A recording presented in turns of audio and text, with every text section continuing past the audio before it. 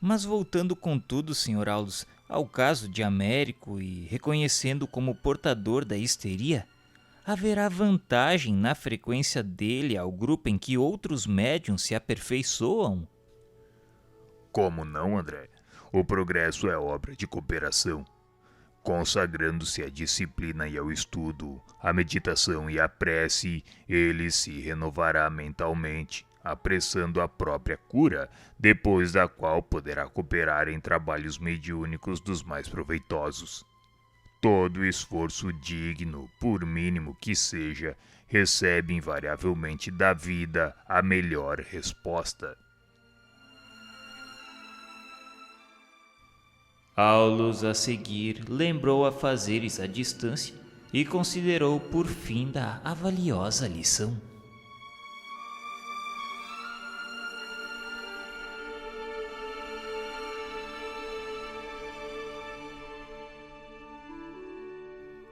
No caminho de volta, procuramos Hilário e eu movimentar a conversação no sentido de recolher da palavra de nosso orientador alguma lição a respeito da fixação mental.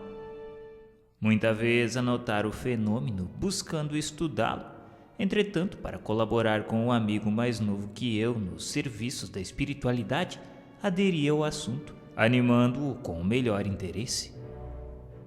Meu colega, sem disfarçar o espanto que lhe assomara a alma, desde a manifestação do estrangulador da Toscana, falou preocupado que, sinceramente, por mais que se esforçava, grande era a sua dificuldade para penetrar os enigmas da cristalização do espírito em torno de certas situações e sentimentos. Questionava como podia a mente deter-se em determinadas impressões, demorando-se nelas como se o tempo para elas não caminhasse.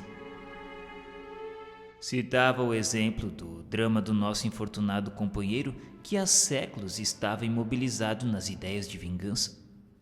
Estaria nessa posição lamentável por tantos anos sem ter reencarnado? Aulus, depois de ouvir com atenção, ponderou.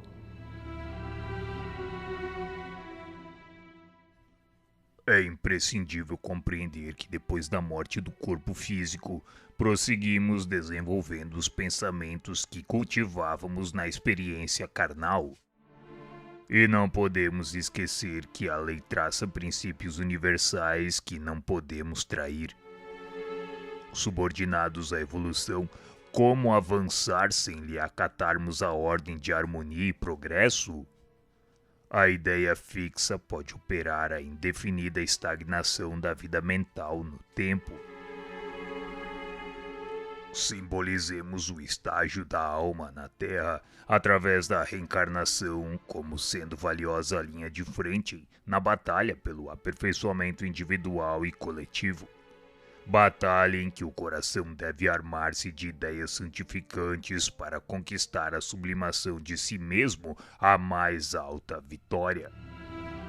A mente é o soldado em luta, ganhando denodadamente o combate em que se empenhou, tão logo seja conduzida às aferições da morte, sobe verticalmente para a vanguarda na direção da esfera superior, expressando-se-lhe o triunfo por elevação de nível.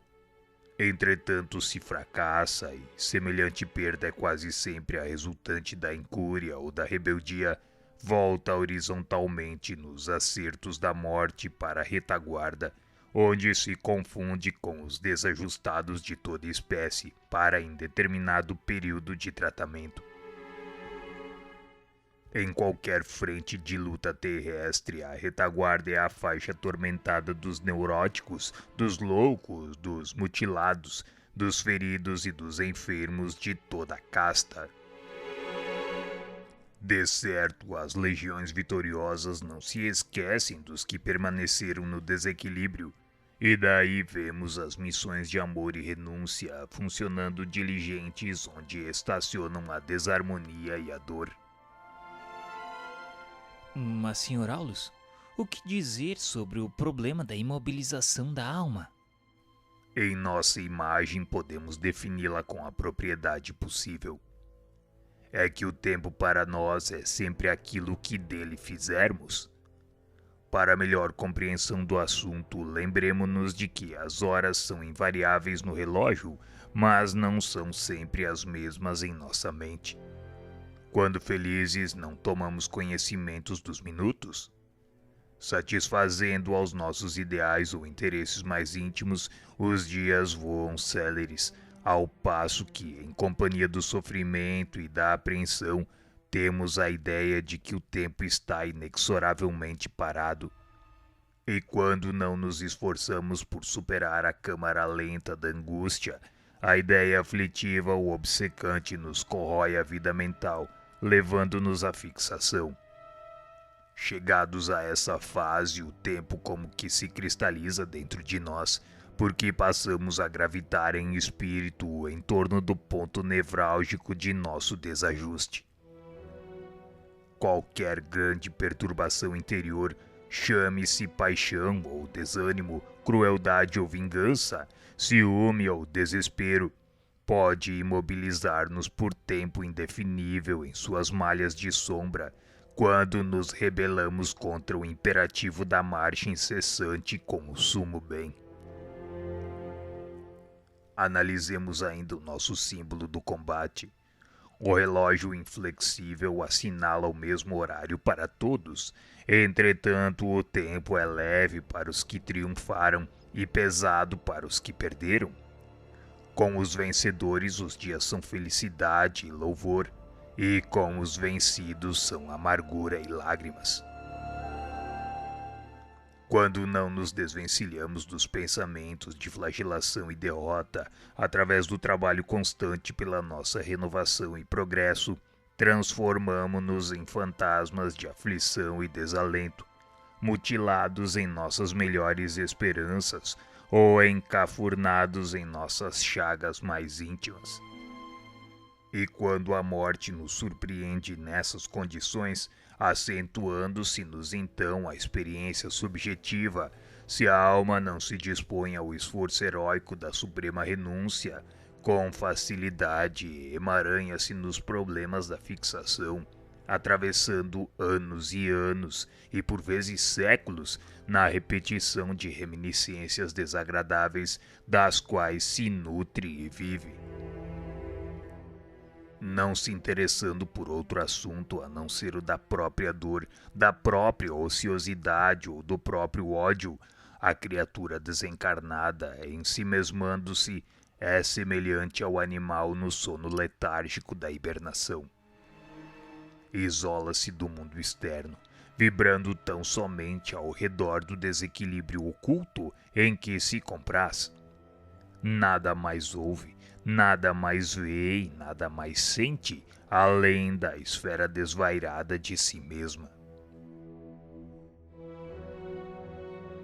Revestia-se o assunto de imenso interesse para minhas observações pessoais. Em muitas ocasiões, sondara de perto as consciências que dormitam após a morte, quais múmias espirituais. E lembrei-as ao assistente que nos disse atencioso: Sim, André, a mente estacionária na deserção da lei, durante o repouso habitual em que se imobiliza, além do túmulo, sofre angustiosos pesadelos, despertando quase sempre em plena alienação, que pode persistir por muito tempo, cultivando apaixonadamente as impressões em que julga encontrar a própria felicidade. E qual seria o remédio mais adequado à situação? Muitas dessas almas, André, desorientadas, por fim se entediam do mal e procuram a regeneração por si mesmas, ao passo que outras, em nossas tarefas de assistência, acordam para as novas responsabilidades que lhes competem no próprio reajuste. São como os soldados feridos, buscando corresponder às missões de amor que lhes visitam o pouso de restauração. Entendem o impositivo da luta dignificante a que foram chamados e, ajudando aos que os ajudam, regressam ao bom combate em cujas linhas se acomodam com o serviço que lhes é possível desempenhar.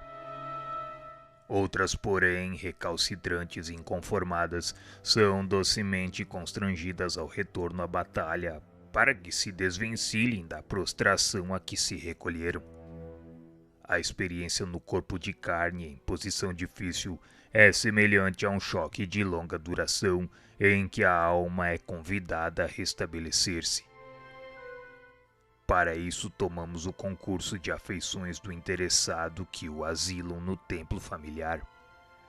Mas nesses casos, Sr. Aldous, a reencarnação seria compulsória, assim como um ato de violência?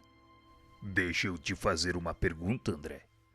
Que fazemos na Terra quando surge um louco em nossa casa? Não passamos a assumir a responsabilidade do tratamento? Aguardaremos qualquer resolução do alienado mental no que tange às medidas indispensáveis à restauração do seu equilíbrio? É certo que nos cabe o dever de honrar a consciência livre, capaz de decidir por si mesma nos variados problemas da luta evolutiva. Entretanto, à frente do irmão irresponsável e enfermo, a nossa colaboração significa amizade fiel, ainda que essa colaboração expresse doloroso processo de reequilíbrio em seu favor. Dessa forma, a reencarnação em tais circunstâncias é o mesmo que conduzir o doente inerte a certa máquina de fricção para o necessário despertamento. Intimamente justaposta ao campo celular, a alma é a feliz prisioneira do equipamento físico, no qual influencia o mundo atômico e é por ele influenciada, sofrendo os atritos que lhe objetivam a recuperação. Os significativos apontamentos convidavam-nos a meditar e aprender. Em virtude de semelhantes fixações é que vemos entidades padecendo deplorável amnésia.